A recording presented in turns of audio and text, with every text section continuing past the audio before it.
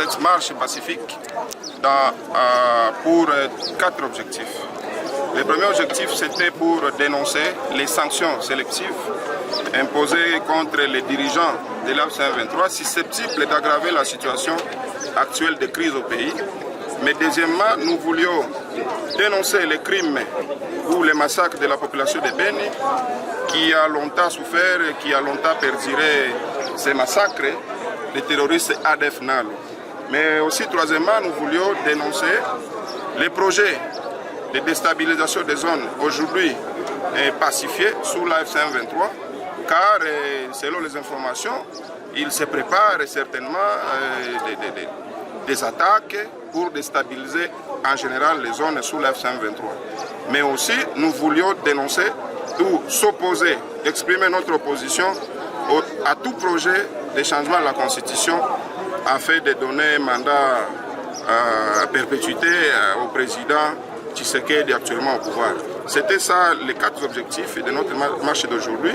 Et nous avons mobilisé la grande partie de la population de Goma, à peu près plus de 50 000 personnes, se sont mobilisées pour participer à cette marche.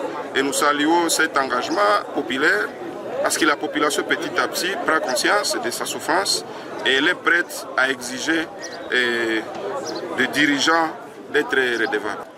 Les sanctions dans un processus de paix ne sont pas les bienvenues parce que, vous savez, ça peut fermer les portes à tout dialogue.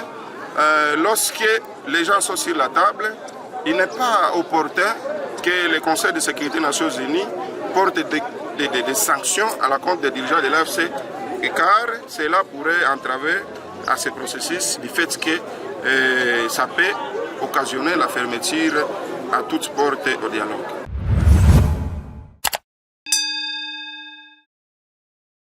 Dénonciation des sanctions ciblées contre les dirigeants de l'AFC/M23, des tentatives de déstabilisation des zones stabilisées sous l'AFC/M23, la dénonciation des massacres persistants à Beni, Ituri et notre opposition au projet de changement de la Constitution. De la dénonciation des sanctions ciblant les dirigeants de l'AFC/M23.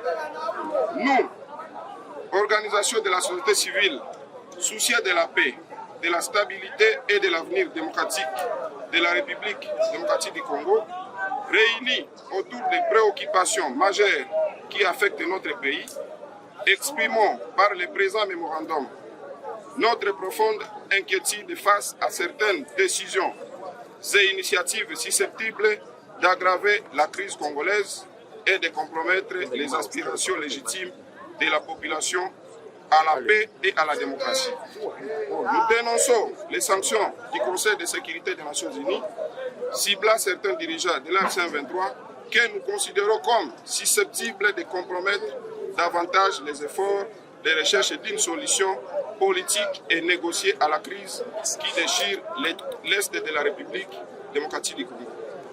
Dans un contexte où les différentes parties sont appelées à participer à des processus de dialogue, de négociation et de recherche de solutions durables, nous estimons que les sanctions ciblées ne devraient pas être utilisées au stade actuel comme un instrument susceptible de fermer les canaux de communication et de rendre plus difficile la recherche d'un règlement politique de la crise. La paix ne peut être imposée par des sanctions sélectives. Elle exige le dialogue, l'écoute de toutes les parties prenantes et la prise en compte des réalités vécues par les populations directement affectées par le conflit. 2. Contre toute tentative de ramener l'insécurité dans les zones stabilisées sous l'AFC/M23. Nous dénonçons également toute tentative visant à ramener l'insécurité, les chaos et les violences dans les zones qui connaissent une amélioration de la situation sécuritaire.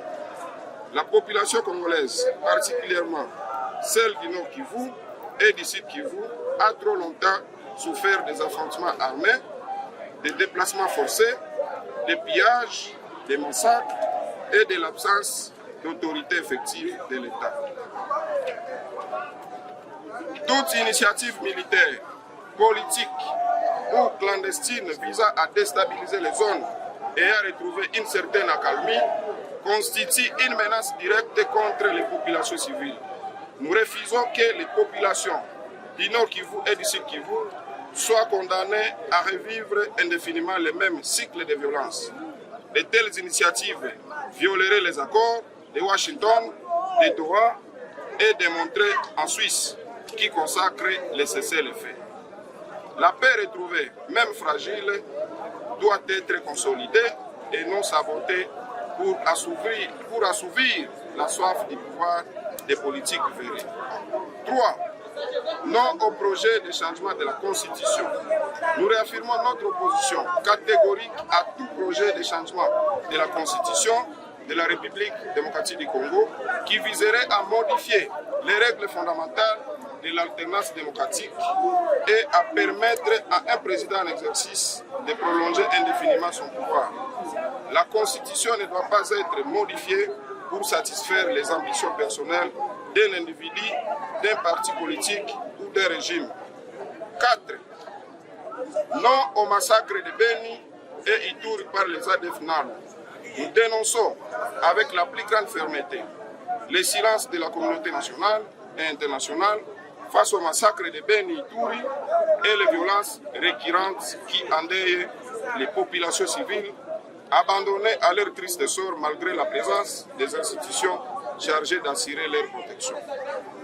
Depuis des années, les habitants de Beni sont massacrés, déplacés et plongés dans la peur sans qu'une réponse sécuritaire efficace et durable ne soit apportée. Cette tragédie ne peut plus être banalisée ni transformée en simple statistique. Nous exigeons que toute la lumière soit faite sur ces crimes, que les responsables et leurs complices soient identifiés et traduits en justice, et que des mesures concrètes soient prises pour mettre fin à l'insécurité et garantir en fait la protection des populations civiles de ces zones affectées. 5. Nos recommandations.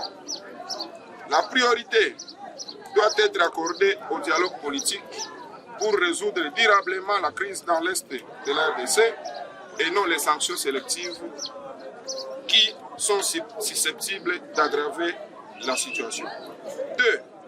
La cessation de toute action susceptible de provoquer une nouvelle guerre dans les zones sous la FCM23 qui connaissent actuellement une accalmie. 3. La réévaluation des sanctions ciblées imposées aux dirigeants de la FCM23 dans le cadre d'une approche favorisant la paix et le dialogue. 4. La protection des populations civiles contre toutes les formes de violence et de représailles. 5. Le respect strict de la Constitution et le rejet de toutes modifications et ou changements destinés à prolonger indéfiniment les pouvoirs. La société civile appelle le gouvernement congolais et ses partenaires à ne ménager aucun effort pour éradiquer définitivement le phénomène ADF NALU à Beni et à Ituri. À défaut de résultats concrets, les populations de ces régions, meurtries depuis de nombreuses années par les violences, pourraient être tentées de solliciter l'intervention de l'AFC-23 afin de leur venir en aide pour leur libération. 7. La tenue d'un dialogue politique véritablement inclusif permettant de traiter les causes profondes de la crise congolaise. Enfin, nous appelons donc la communauté nationale et internationale à privilégier la paix, le dialogue et la recherche de solutions durables plutôt que les initiatives susceptibles d'aggraver les tensions. Nous appelons également les peuples congolais à rester vigilants face à toute tentative de déstabilisation des zones pacifiées sous l'F-123 et à toute manœuvre visant à modifier les règles constitutionnelles pour confisquer les pouvoirs dans notre pays.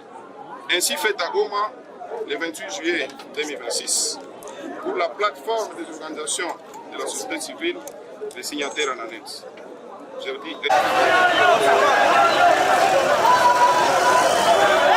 Pale.